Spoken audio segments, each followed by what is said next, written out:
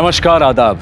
मैं Anoop Soni crime petrol सतर्क के ब्लैक हेडलाइंस अध्याय के आज के एपिसोड में आप सबका स्वागत करता हूं। आज के समय में जहां विमेन एम्पावरमेंट को लेकर जागरूकता फैलाई जा रही है, सरकार और समाज के द्वारा इस दिशा में सराहनीय प्रयास किए जा रहे हैं, लेकिन इसके बावजूद पिछले कुछ समय में महिलाओं के साथ होने वाले क्राइम्स की संख्या बढ़ी है। क्योंकि अब भी ऐसे लोगों की कमी नहीं है जो लड़कियों को, महिलाओं को दबा कर रखना चाहते हैं, उन्हें अपने हिसाब से चलाना चाहते हैं। और जब भी कोई लड़की या महिला उनकी इस रूढ़िवादी सोच के खिलाफ अपना सर उठाती है तो उसे कुचलने के लिए षड्यंत्र तैयार किए जाते हैं।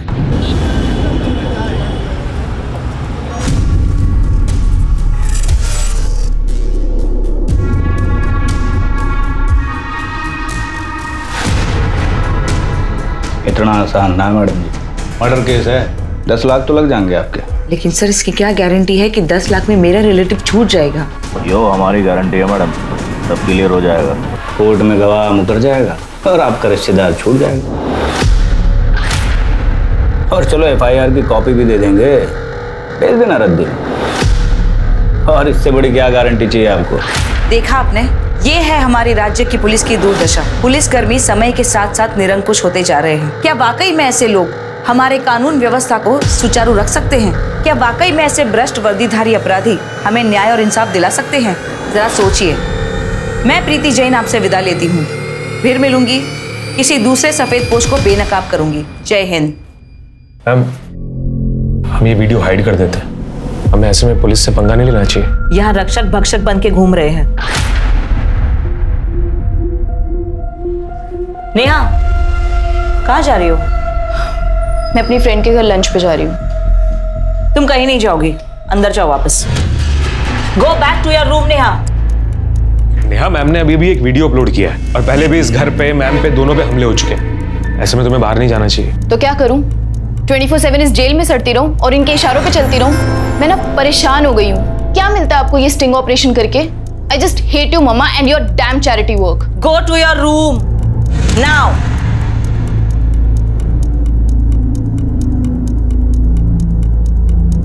अब आगे किस पे स्टिंग ऑपरेशन करना है? रिसर्च किया है कुछ तुमने?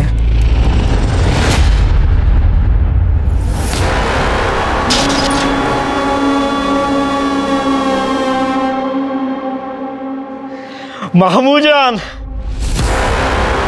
सलाम वालेकुम मामू जान। अरे वालेकुम अस्सलाम। माशाल्लाह। अम्मी जान कैसी है? अम्मी जान बहुत अच्छी है। 50 फोन आ चुका उनका। चल घर चल। आजा। कोई तकलीफ तो नहीं हुई ना जेल में? जेल में क्या है? तकलीफ। अरे अल्लाह कसम, मेरी निगाहें तरस रही उसे देखने के लिए। अस्सलाम वालेकुम अम्मी। हाँ, वालेकुम अस्सलाम। मेरा लाल, मिर्ची ला।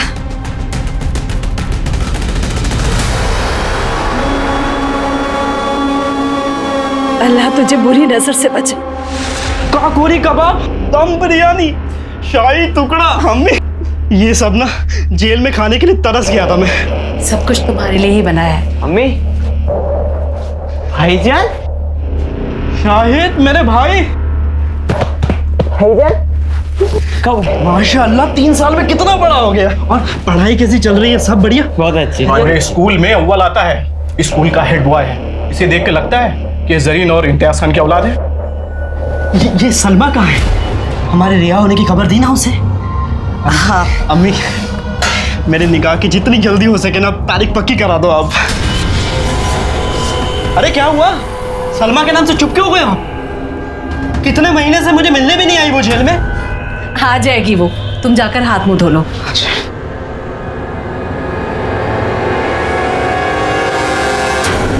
हमारे साथ यहाँ पे food safety and standards authority of India के कुछ अधिकारी मौजूद हैं, जो यहीं आपके सामने चेक करेंगे कि आपके और हमारे घर में आने वाला ये दूध कितना शुद्ध है।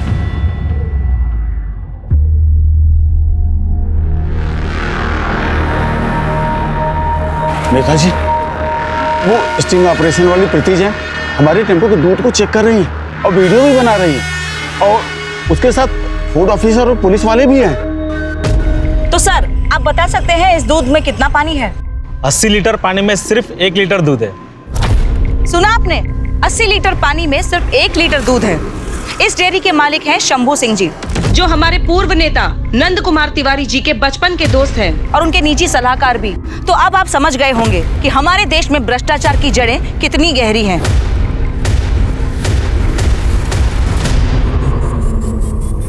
शांति, संयम, सद्बुद्धि।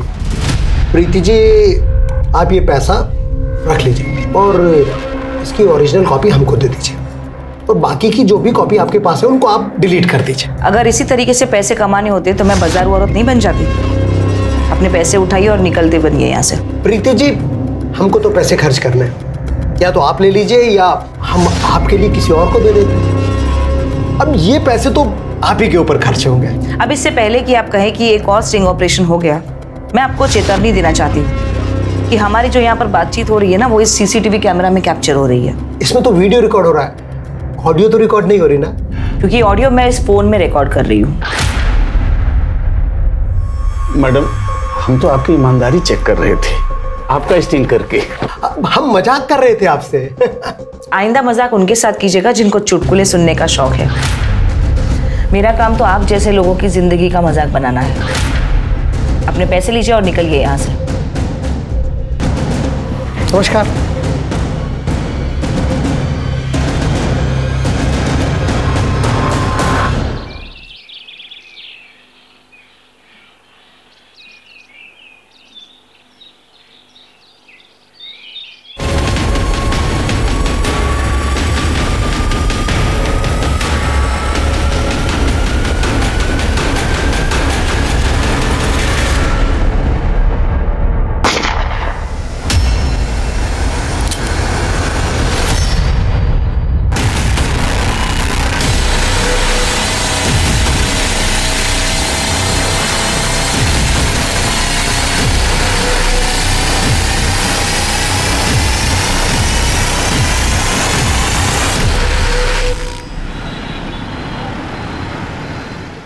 राजेश खत्री, ये क्या बार बार मुझे नोटिस पे नोटिस भेज रहे हो? वकील होने का धौंस दिखा रहे हो मुझे।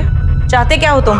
मैं बस अपने मकान का किराया चाहता हूँ, जो तुमने पिछले 3 साल से नहीं दिया है। तुम भी जानते हो मैंने 2 साल और 3 महीने का किराया क्यों नहीं दिया अब तक। अरे हाँ, तो कम से कम 9 महीने का दे दो। अगर नहीं दिया तो मैं तुम्हें फाइनल नोटिस भेजूंगा मकान खाली करने के लिए। देखो, तुम जैसे वकीलों से मेरा रोज पाला पड़ता है।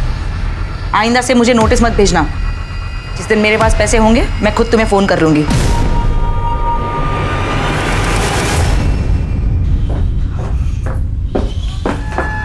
कहाँ जा रही हो? मेरे फ्रेंड का बर्थडे है। कोई बर्थडे में नहीं जाना, मना किया था ना तुमसे। But it's my friends birthday. मुझे कोई बहस नहीं करनी, और वो भी इस वक्त। चलो जाओ अपने कमरे में। मैं नहीं जाऊंगी। चलो जाओ अपने रूम में, जाओ।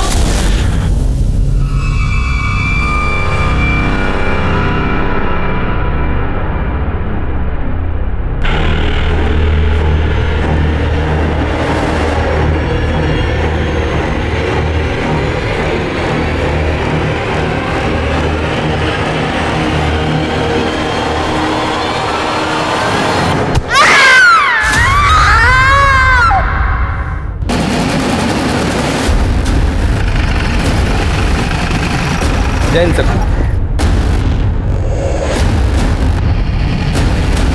आइए सर। सर के पीछे किसी भारी चीज से वार किया गया है। सर के पीछे काफी बड़ा जख्म है, काफी ज्यादा खून बहा है सर। लड़की का रेप भी हुआ है, कुर्ता फटा हुआ। आसपास कोई मर्डर वेपन मिला? नहीं सर, कोई वेपन नहीं मिला। सर, लड़की का आइडेंटिफिकेशन हो चुका है। उसके पर्स से ये आधार कार्ड मिला है, और सर ये बुर्खा ये यहीं पर है। सलमा सैयद मोहल्ला बड़ी मस्जिद, ये इलाका तो काफी दूर है यहाँ से। और एक बात समझ में नहीं आ रही मुझे, इस बिल्डिंग में कोई रहता नहीं है, कोई आता जाता नहीं है। वो लड़की यहाँ अकेले करने क्या आई हो? सर, हो सकता है किसी जान पहचान वाले के साथ आई हो। वैसे भी इस लड़की की उम्र ज्यादा नहीं लग रही। अक्सर ऐसे सुनसान इलाकों में कपल्स आते जाते रहते हैं। यहाँ बिल्डिंग में कहीं सीसीटीवी है? नहीं सर, यहाँ तो कहीं सीसीटीवी नहीं है। तो यहाँ आने वाले रास्तों में जहाँ जहाँ भी सीसीटीवी लगे हैं उनकी फुटेज सोर्सेज चेक करवाओ। ठीक है सर। श्वेता, बॉडी का पंचनामा करा के पोस्टमार्टम के लिए भेजो। सर।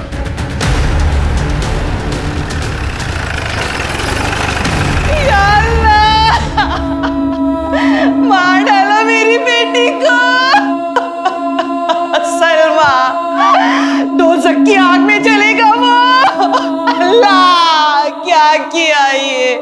मार डाला उसने, मार डाला। मेरी बच्ची, क्या हुआ?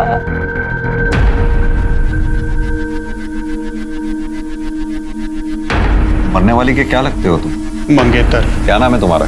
सुलेमान अहमद। मार दिया मेरी सलमा को। ये कौन है जो रो रही थी? ये मेरी होने वाली सास थी, सलमा की अम्मी जुलेखा सैयद। ये रोते रोते किसके बारे में इशारा कर रही थी? मार दिया, मार दिया। जफर खान, उसी ने मारा मेरी सलमा को और उसी ने मेरी हालत की है।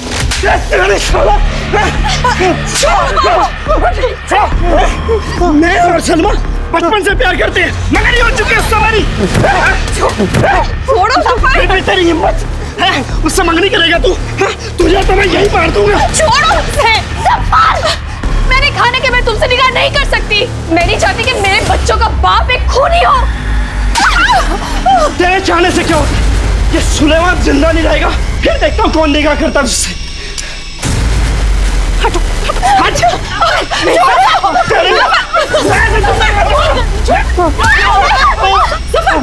सफर, अगर इसे कुछ हो गया तो तेरी जिंदगी बर्बाद हो जाएगी।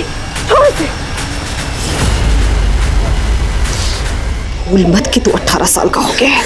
अगर इसे कुछ हो गया तो पूरी जिंदगी जेल में बितानी पड़ेगी। समझा कर।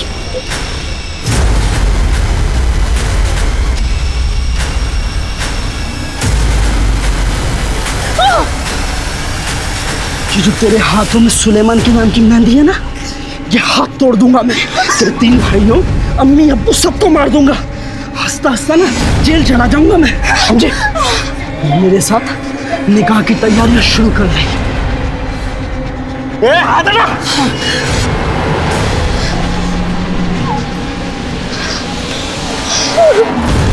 कौन है ये जफर खान? अब जेल काट कर आया है वो। सलमा और वो पहले निकाह करने वाले थे, लेकिन उसके जेल जाने के बाद सलमा ने उससे सारे रिश्ते तोड़ दिए। वो मुझसे निकाह करने वाली थी, लेकिन कमजर ने उसका खून कर दिया। कहाँ मिलेगा ये जफर खान? सर यहाँ से पैदल ही जाना होगा, गाड़ी नहीं जाना।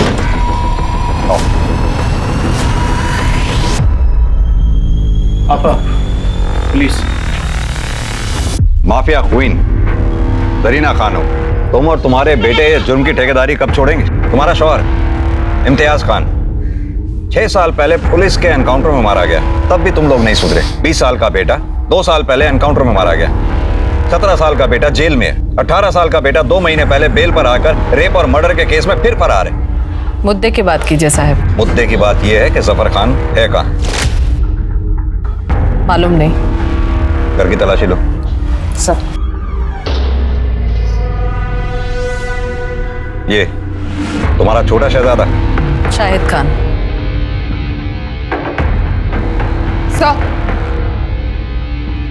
अंदर कोई नहीं है। जफर का फोन भी बंद है सर। बेहतर यही होगा कि जफर खान खुद को पुलिस के हवाले कर दे। अगर नहीं भी किया तो वैसे भी मैं तुम्हारी ये माफियागिरी खत्म कर दूंगा। अल्लाह हाफिज। अजय सर, ये जफर के फोन को सर्विलांस पे डालो। हो ना हो वो अपनी माँ को कांटेक्ट करने की कोशिश जरूर करेगा।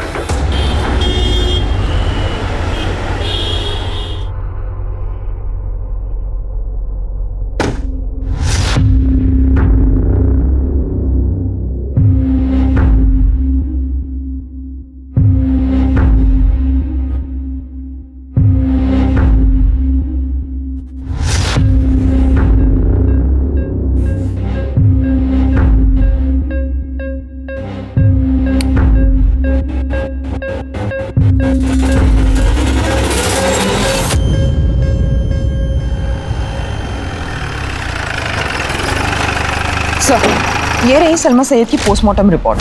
सर, पोस्टमार्टम करने वाले डॉक्टर का कहना है कि वार लोहे की किसी भारी चीज से किया है, जिसकी वजह से सर का पीछे का हिस्सा 2 टुकड़ों में हो गया। लेकिन डॉक्टर का मानना है कि सलमा का रेप नहीं हुआ। राइट सर, लेकिन डेथ से पहले विक्टिम के साथ सेक्स जरूर हुआ था। लेकिन सलमा तो जफर से निकाह नहीं करना चाहती थी, तो फिर ये कंसेंसुअल सेक्स कैसे? और अगर कंसेंसुअल सेक्स हुआ है फिर मर्डर क्यों? सर, वारदात की जगह जहां जहां भी सीसीटीवी कैमरा था सभी की फुटेज मिल गई है। लगाओ। ये देखिए सर, 12:45 पर ये जफर किसी बुरखे वाली लड़की के साथ बाइक पर आ रहा है और ये बिल्डिंग के अंदर चलेगा। ये बुरखे वाली लड़की जरूर सलमा ही होगी। और ये देखिए, थोड़ी देर बाद जरीना अपने छोटे बेटे शाहिद के साथ आती है और ये दोनों भी बिल्डिंग के अंदर चले गए। इसका छोटा बेटा तो माइनर है ना शाहिद? हाँ सर। बाइक कैसे चला रहा है, वो भी बिना हेलमेट? ट्रैफिक पुलिस की नजरों से बच गया होगा सर। और ये देखिए, लगभग 7 मिनट बाद ये दोनों माँ बेटे बाइक से जाते हुए दिखा। और जफर? सर, ये पीछे वाले रास्ते की सीसीटीवी फुटेज है। जफर पीछे वाले रास्ते से जाते हुए दिख रहा है। ये जफर की बाइक की डिटेल्स फौरन सर्कुलेट करवाओ और जफर की भी details, information patrolling team, highway police, आसपास के थानों में सब जगह शेयर करो। और हाँ, ये जरीना और उसके छोटे बेटे शाहिद, इन दोनों को उठा के लाओ। ठीक है सर। साहब, सलमा को हमने मारा है। क्यों? जफर और शाहिद ने क्यों नहीं? शाहिद बच्चा है अभी। लेकिन जरीना जी, तुम्हारे यहां तो ये रवायत है नाबालिग बच्चों से जुर्म करवाने की, क्योंकि तुम्हें अच्छी तरह से जो मालूम है 2-3 साल में बालिग हो जाएंगे, सजा से छूट जाएंगे। अपने 3 बेटों के साथ भी तो ऐसे ही किया था तुमने। साहब, शाहिद बिल्डिंग के अंदर तक नहीं गया, कुछ नहीं देखा इसने अपनी आंख से, तो खून कैसे करेगा? आप बाकायदा मालूम कर सकते हैं स्कूल जाकर। पढ़ाई में अव्वल है ये, जुर्म का अलिफ बे ते भी नहीं पता इसे। चलो तुम्हारी बात मैं मान लेता हूं, तो जफर क्यों नहीं? वो भी तो सलमा से नाराज था। जफर सलमा को जान से ज्यादा चाहता था साहब, वो उसे कैसे मारेगा? तो फिर तुमने क्यों मारा? हमारे एक जानने वाले ने जफर को एक लड़की के साथ आजाद रोड पर जाते हुए देखा। फोन किया उन्होंने हमें। हेलो, हमें ये समझते देर नहीं लगी कि वो लड़की सलमा है। फिर हमने शाहिद से कहा कि हमें आजाद रोड लेकर चले। जब हम दोनों आजाद रोड पहुंचे तो बिल्डिंग के बाहर ही जफर की बाइक दिख गई हमें। तू यहीं रुक, हम अभी आते हैं।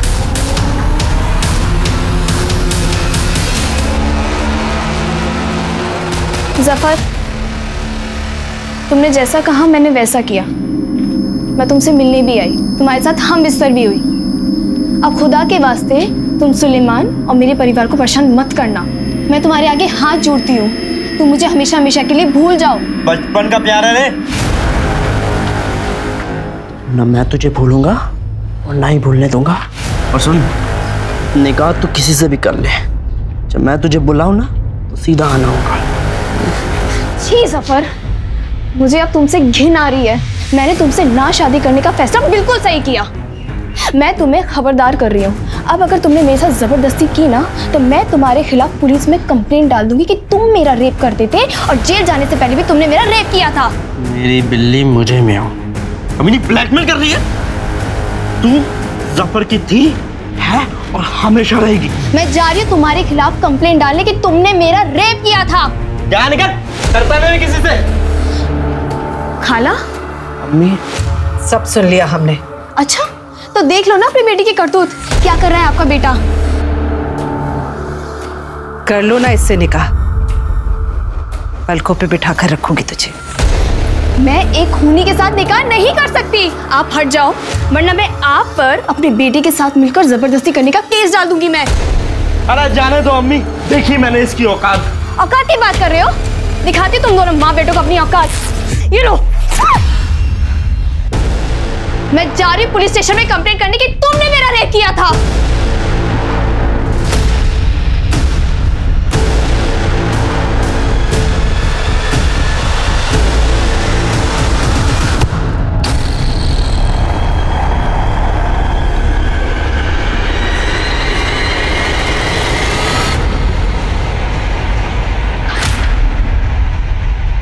जफर को दूसरे रास्ते से बाहर भगा दिया साहब, और हम और शाहिद घर वापस आ गए। और वो हथौड़ा जिससे सलमा को मारा था, वो कहाँ गया? मालूम नहीं साहब, फेंक दिया होगा इधर उधर कहीं फेंक दिया होगा या जफर लेके भाग गया, क्योंकि उसी हथौड़े से तो जफर ने सलमा को मारा था। क्यों शाहिद? मुझे कुछ नहीं मालूम, जैसा कि अम्मी जान ने कहा कि मैं बाहर था, अंदर क्या हूँ मुझे कुछ नहीं पता। जरीना खानम के इकबाल जुर्म के आधार पर पुलिस ने यह केस कोर्ट में फाइल कर दिया और ट्रायल भी शुरू हो गया। लेकिन पुलिस को अब भी शक था कि जरीना जफर को बचाने के लिए खून अपने सर पर ले रही है। इसलिए उन्होंने जफर को ढूंढने की मुहिम भी जारी रखी।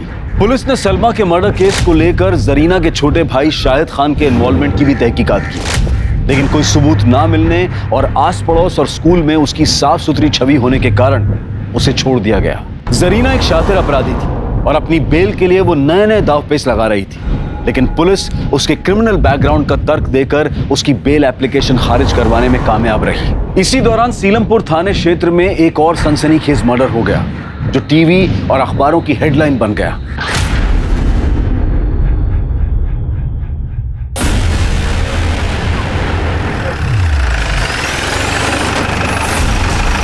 सर, डेड बॉडी अंदर है। सर, काफी हाई प्रोफाइल केस है।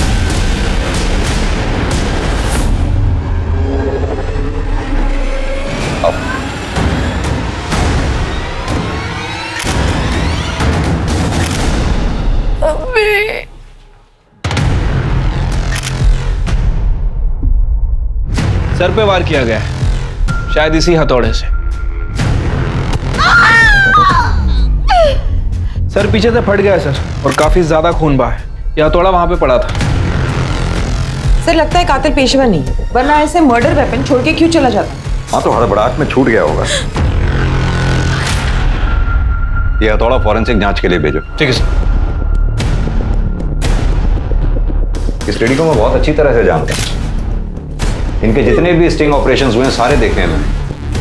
बहुत निर्दयता से मारा गया है इसको, बड़ी शर्म की बात। सर दिन दहाड़े घर की 4 दीवारी में मर्डर हुआ है, बहुत ज्यादा सवाल होने वाले हैं हमसे। और कौन कौन रहता है इस घर में? प्रीति जैन अपनी बेटी के साथ रहती थी, नेहा जैन। और असिस्टेंट के कभी कभार घर में आता था। एक्चुअली वो घर से ही ऑपरेट करती थी। श्वेता,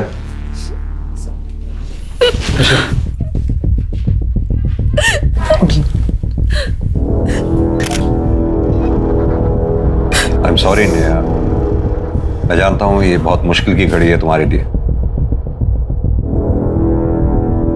मजबूरी है, हमारे लिए कुछ सवालों के जवाब जानना बहुत जरूरी है।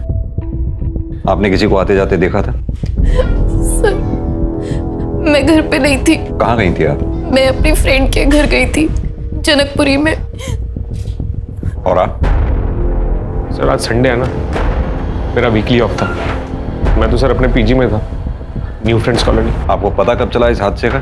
सर मैंने मैडम को फोन किया था, उन्होंने फोन पिक नहीं किया तो मैंने नेहा को फोन किया। सर मैंने भी मम्मा को फोन किया था, पर उन्होंने पिक नहीं किया, तो मैं घर आई और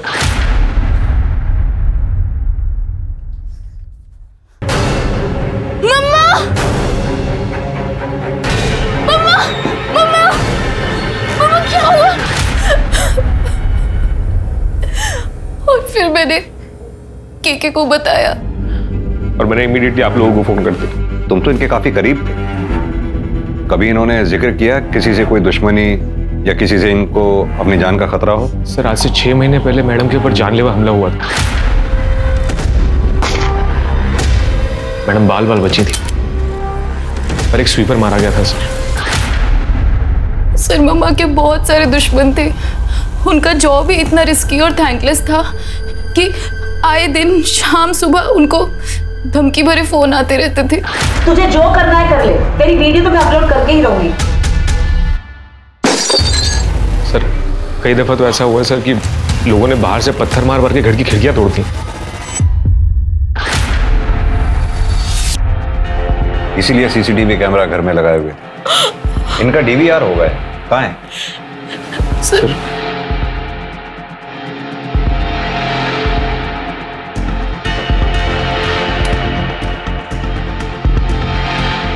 सर ये तो बंद था। बंद है? हाँ सर, पूरी वायर निकली हुई है। ये डीवीआर बंद कब हुआ? किसने किया ये? सर पता नहीं।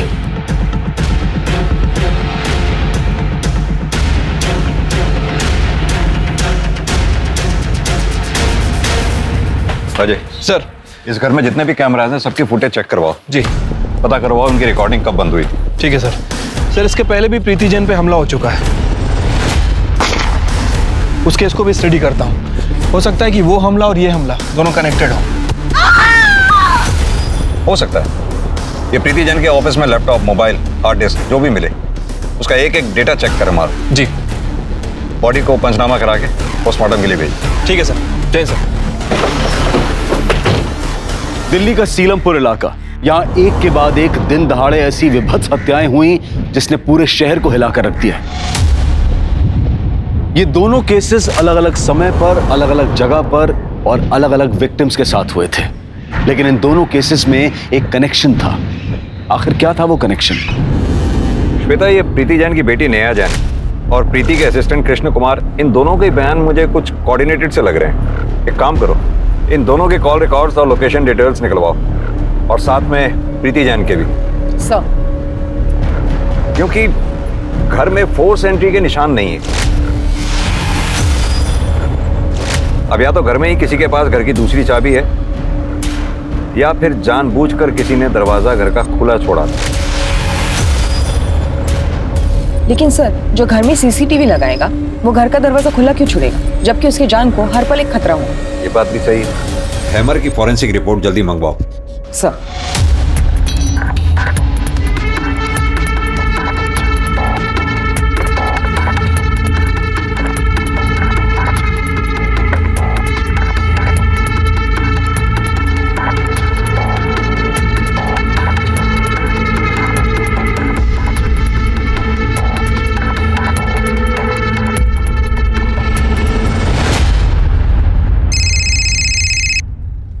हेलो, क्या प्रीति जैन? हाँ भेज दीजिए, मैं चेक करती हूँ। हमारे साथ यहाँ पर food safety and standards authority of India के कुछ अधिकारी। सर, मेरे जीजा जी ट्रैफिक पुलिस में, और उन्होंने मुझे ये वीडियो भेजा। हमारे घर पे आने वाला ये दूध कितना सर, प्रीति जैन ने मिनिस्टर नंद कुमार तिवारी के निजी सलाहकार शंभू सिंह के डेयरी पर ये स्टिंग ऑपरेशन किया था। उस वक्त जीजा जी उसी के साथ थे, तो उन्होंने भी ये वीडियो रिकॉर्ड कर लिया। श्वेता, मैंने प्रीति जैन ने जितने भी स्टिंग ऑपरेशंस किए हैं उसके सारे अपलोडेड वीडियोस देखे, लेकिन ये वीडियो तो अपलोड हुआ ही नहीं। सर, कहीं ऐसा तो नहीं कि इस वीडियो की वजह से प्रीति जैन का मर्डर हुआ हो? शांति, संयम, सद्बुद्धि, आप लोगों के पास क्या सबूत है कि हमने सुपारी दी? हमारी पार्टी सत्ता में है, हम भला ऐसी मूर्खतापूर्ण हरकत क्यों करेंगे? हमने वो वीडियो प्रीति जैन के असिस्टेंट कृष्ण कुमार से पहले ही 5 लाख रुपए में खरीद लिया था। वो खुद आया था हमारे पास उसे बेचने का प्रस्ताव लेकर। आप मुझे 5 लाख दे दीजिए, वीडियो की जो ओरिजिनल कॉपी है वो आपके पास आ जाएगी और वो सोशल मीडिया पर कभी नहीं आएगी। हमें मालूम है पुलिस सबूतों के बिना पर काम करती है, इसलिए आप लोगों के लिए हम ये पेन ड्राइव लेकर आए। आप इसमें वो वीडियो देख लीजिए जो आपको प्रीति जैन के किसी भी लैपटॉप, कंप्यूटर या हार्ड डिस्क में नहीं मिलेगा। मैंने प्रीति जैन के घर के सारे हार्ड ड्राइव चेक कर लिए हैं। शंभू डेयरी स्टिंग ऑपरेशन का ओरिजिनल वीडियो कहीं नहीं मिला है।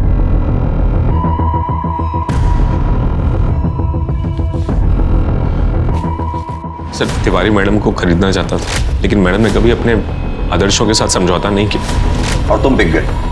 सर, साल भर से मैडम के यहाँ काम कर रहा था, खाने पीने के अलावा कभी कुछ पैसे नहीं मिले, मैं लालच में आ गया सर। और दोबारा लालच में आके तुमने प्रीति जैन को मार दिया? सर, मैंने नहीं मारा सर। तो मरवा दिया होगा या मारने में मदद की होगी? सर, मैंने ऐसा कुछ भी नहीं किया सर। तिवारी और उसका जो सलाहकार है ना सर, वो शंभू सिंह, मैडम ने उनके ऊपर कई बार पहले भी धावा बोला था सर, उन्होंने मारा होगा सर। मिश्रा सर,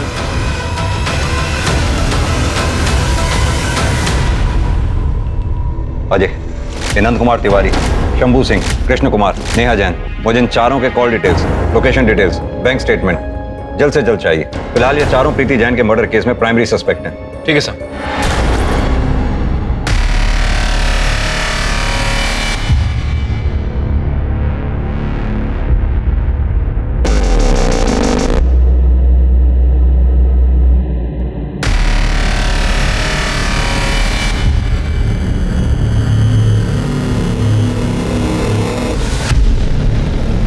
ये तुम दोनों की लोकेशन डिटेल्स, वारदात के वक्त आप दोनों घर में ही मौजूद थे। सीधी तरह से बताइए कि आपने अपनी माँ को क्यों मारा? सर, मैंने मम्मा का मर्डर नहीं किया है। झूठ बोल रही हैं आप। वारदात के वक्त आप अपने घर में मौजूद थी। आपने जानबूझकर अपने घर का दरवाजा खुला छोड़ा ताकि बाहर से कोई अंदर आ सके, और कोई अंदर आया भी तो सीधा आपके कमरे में गया और आपके साथ मिलकर आपकी माँ का काम तमाम कर दिया। अब वो केके था या फिर कोई और? नहीं sir, this is not true. ये तो सच है ना कि तुम्हारी अपनी माँ से बनती नहीं थी, आए दिन हमेशा झगड़े हुआ करते थे, और ये बात तुम्हारे घर से मिली सीसीटीवी फुटेज से साफ होती है। यस सर, ये बात सच है कि हम लड़ते थे क्योंकि हमारे आइडियाज मैच नहीं होते थे। उनकी सोशल एक्टिविज्म और चैरिटी मेरी समझ से बाहर थी। लेकिन ट्रस्ट मी सर, मैं मम्मा की डेथ के बारे में कुछ नहीं जानती। कैसे पॉसिबल है ये? वारदात के वक्त आप अपने घर में ऊपर अपने कमरे में मौजूद थी, कोई बाहर से आया आपकी मम्मा को मारकर चला गया, आपको पता तक नहीं चला। कैसे पॉसिबल है ये?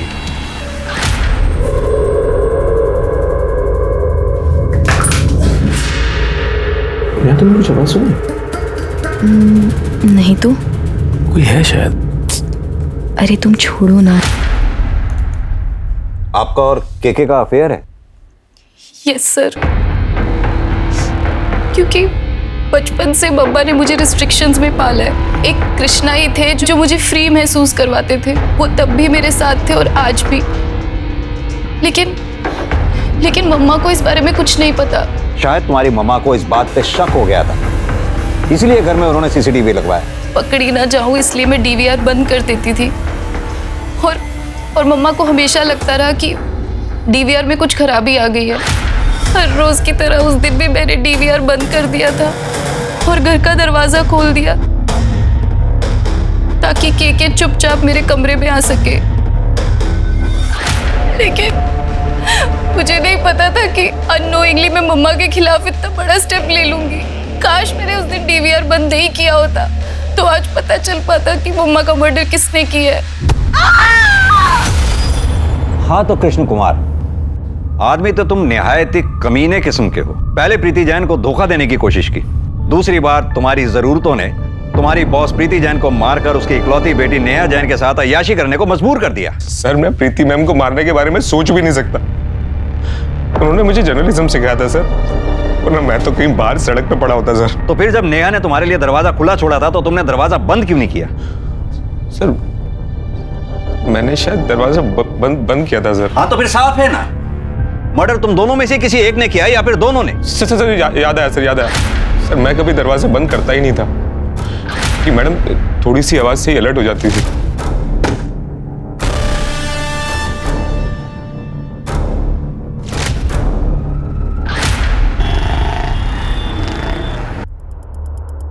सर, वो आज भाईजान का कॉल आया था।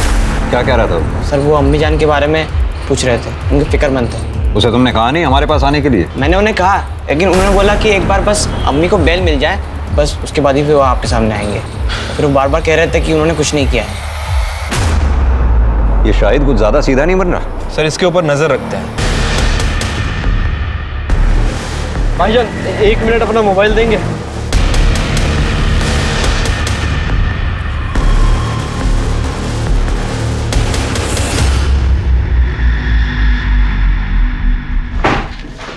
सर, प्रीति जैन की पोस्टमार्टम रिपोर्ट।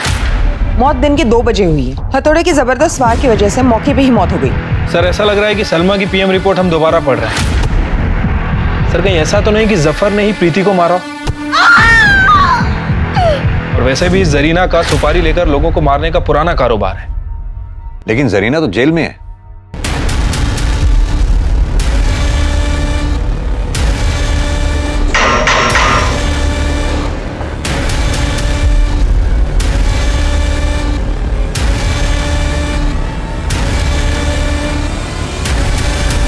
सर, हो सकता है कोई बाहर का एजेंट हो। तो हमें इमीडिएटली 2 काम करने हैं। एक तो ये सुपारी लेने वाले एजेंट को ढूंढना, दूसरा प्रीति के दुश्मनों की लिस्ट बनाओ। पता करो उसमें ऐसा कौन सा आदमी है जिसकी जरीना तक डायरेक्ट पहुंचे। प्रीति जैन के घर से हमने जो डॉक्यूमेंट्स कलेक्ट किए थे उसमें से ये कोर्ट का नोटिस भी मिला है सर। ये देखिए। ये तो घर खाली कराने का नोटिस। प्रीति जैन ने पिछले 3 साल से घर का किराया नहीं दिया था। नोटिस भेजने वाले का नाम है राजेश खत्री।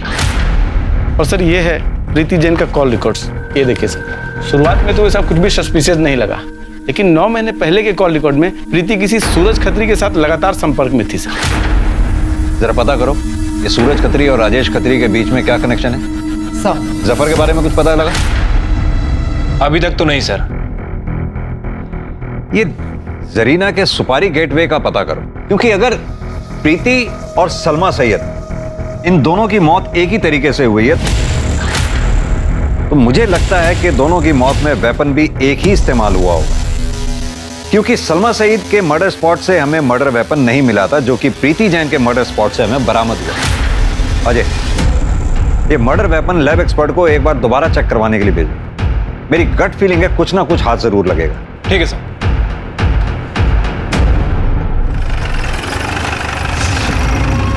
इंस्पेक्टर साहब, कोई किसी की प्रॉपर्टी पर कब्जा कर ले, किराया ना दे, खाली ना करे, तो क्या प्रॉपर्टी के मालिक को कानूनी कार्रवाई करने का हक है कि नहीं? अपनी प्रॉपर्टी खाली करवाने का हक है कि नहीं?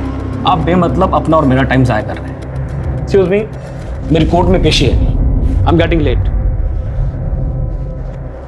ये मेरा कार्ड है, जरूरत पड़े तो फोन कर ले। Bye bye.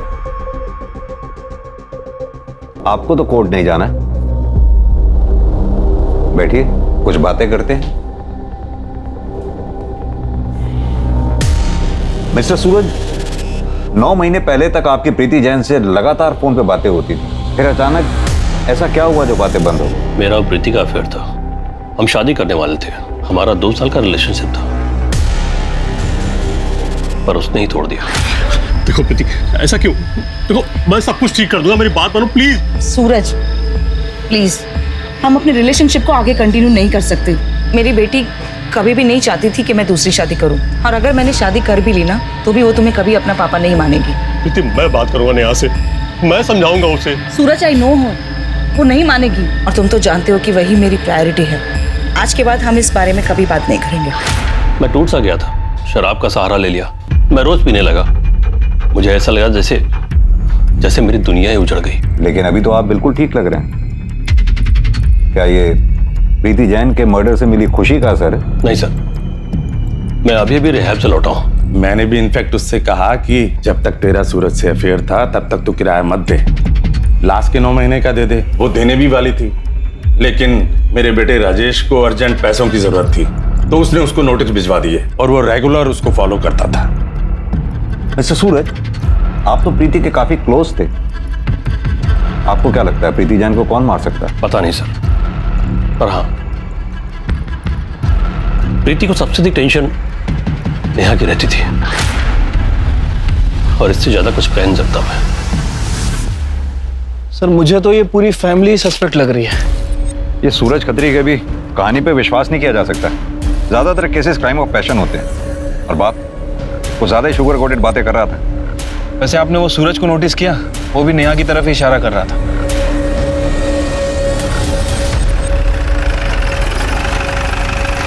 सर एक अच्छी खबर है, प्रीति जैन मर्डर केस में जिस हथौड़े का इस्तेमाल हुआ है उसके गैप्स में सलमा के ब्लड ट्रेसेस मिले। मतलब सर जफर ने ही प्रीति और सलमा का मर्डर किया है। ये जरीना हमें बरगलाने की कोशिश कर रही है। जफर जब वहां से भागा होगा तो अपने साथ मर्डर वेपन भी लेकर गया होगा, और जब उसे जरीना के जरिए प्रीति को मारने की सुपारी मिली तो उसने उसी मर्डर वेपन का, यानी कि हथौड़े का इस्तेमाल कर प्रीति का मर्डर कर दिया। लेकिन जफर और जरीना के बीच में कम्युनिकेशन नहीं है। जरीना जेल में है, जफर ना तो उससे मिल सकता है और ना ही फोन पे बात कर सकता है। हाँ, लेकिन इतना तय है कि सुपारी तो दी गई है। अब पता ये करना है कि जरीना ने वो सुपारी किसको दी है।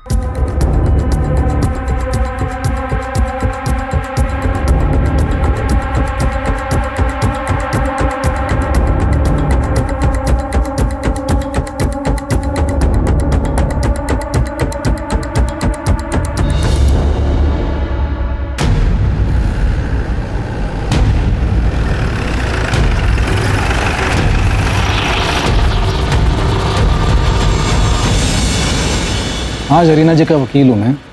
इसमें प्रॉब्लम क्या है? कोई प्रॉब्लम नहीं, लेकिन आप वकील होने के साथ साथ एक सुपारी एजेंट भी। क्या? जी हाँ, राजेश खत्री ने आपके अकाउंट में 25 लाख रुपए जमा कराए। जान सकता हूँ क्यों? तो राजेश मेरा फ्रेंड है, उसने मुझे लोन दिया 25 लाख रुपए। अब इसमें कोई प्रॉब्लम है? निरी बकवास है ये, वो लोन नहीं, तो तुम्हारे जरिए प्रीति को मारने की सुपारी थी जरीना को। वकील साहब, अगर ये बात कोर्ट में पता चल गई ना, तो आपकी ये वकालत का लाइसेंस भी रद्द हो जाएगा। रत्नेश भाई, मुझे इसकी सुपारी दो। ठीक है। जरीना जी को ये बात बताई मैंने, उन्होंने भी मेरे अकाउंट में पैसे मंगवा लिए ताकि मेरी फीस निकल सके। पर बाद में राजेश ने सुपारी कैंसिल कर दी। सर मैंने सुपारी कैंसिल कर दी थी, वरना उस दिन जब आप मेरे घर आए थे तो मैं आपको सच ना बता देता। आप जैसे वकीलों की सच्चाई हमें पता है वकील साहब, वाकई में सुपारी कैंसिल कर दी थी या फिर नई कहानी बना रहे हो? बताओ, किसके जरिए जरीना ने प्रीति जैन को मरवाया? उसका बेटा जफर था या फिर कोई और अगर जफर था तो कहां छुपा रखा है जफर को? सर मैं आपको बता चुका हूँ, मैंने सुपारी कैंसिल कर दी थी और इसके अलावा मैं कुछ नहीं जानता। इवन वो रत्नेश तो मेरे पैसे भी लौटाने वाले मुझे। पुलिस को यह सुपारी और प्रीति जैन के किलर की गुत्थी सुलझती हुई नहीं दिखाई दे रही थी। उधर जफर भी फरार था और पुलिस उसे धर दबोचने में कामयाब नहीं हो पा रही थी। पुलिस को जरीना के छोटे बेटे शाहिद पर भी शक था, क्योंकि शाहिद के खानदान में 18 की उम्र से पहले नाबालिग बच्चों से जुर्म करवाने का प्रचलन था। लेकिन शाहिद की एलिबी भी पक्की थी। प्रीति जैन की मौत के वक्त वो अपनी ट्यूशन में था, जो कि उसकी ट्यूशन टीचर ने भी कंफर्म किया। लेकिन पुलिस ने अपनी कोशिश में कोई कमी नहीं रखी। वो इस केस के सभी सस्पेक्ट्स के मूवमेंट पर अपनी पैनी नजर बनाए हुए थी।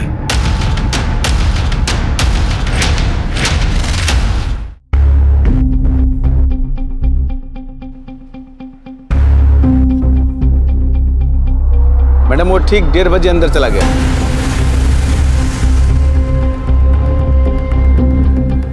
मैडम अभी वो 4:30 बजे यहाँ से निकला है। 1 मिनट मैडम, 1 मिनट। वो डस्टबिन के पास रुका है, शायद कुछ फेंकने के लिए रुका है। अच्छा, शाहिद ने कल भी कुछ फेंका था ना डस्टबिन में? जी मैडम, कल भी फेंका था। वो आगे बढ़ गया मैडम। देखो जरा क्या फेंका।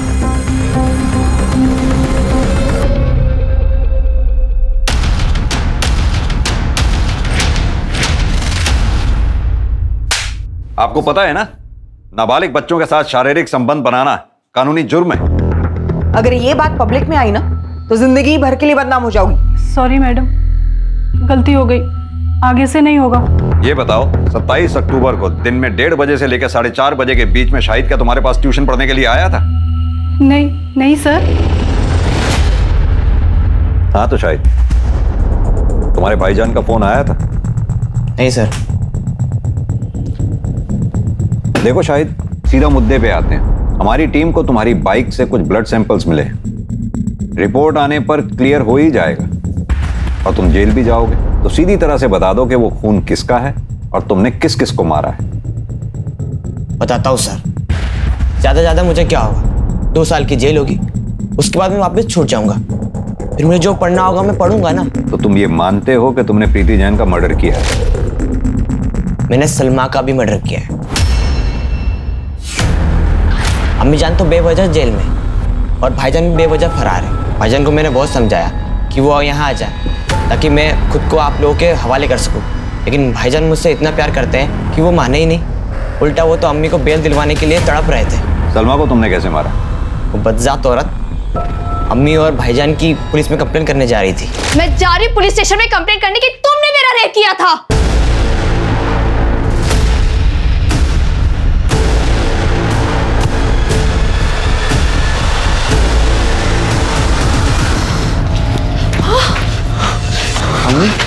भाईजान, शाहिद, क्या किया तूने? ये क्या किया तूने? ये गुनाह मैं अपने साथ लेता हूँ। जफर, 18 साल का हो गया है तू, सारी जिंदगी जेल में काटनी पड़ेगी। मेरे भाई शाहिद पर कोई आँच नहीं आनी चाहिए।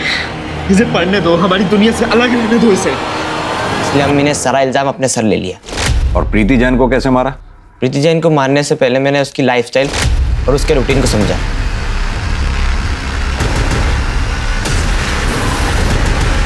नेहा का दरवाज़ा खुला छोड़ देना और केके का दरवाज़ा बंद ना करना मेरा काम और आसान कर गया। फिर उस दिन जब केके अंदर गया तो उसके पीछे छुपकर मैं भी अंदर घुसा।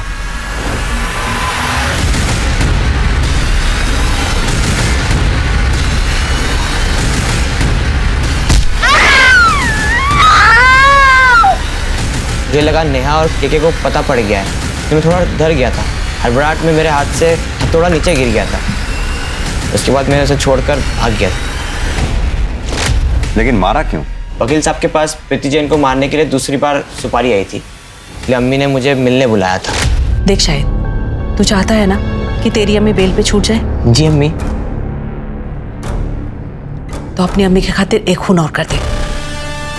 अम्मी मैं पीएमटी एग्जाम से। अरे 2 साल की ही तो बात है, 18 को होकर छूट जाएगा तू। फिर ढेर सारा डोनेशन देके दाखिला करा दूंगी अच्छे मेडिकल कॉलेज में। बोल। जी। एक सुपारी तो कैंसिल हो गई थी, दूसरी सुपारी किसने दी?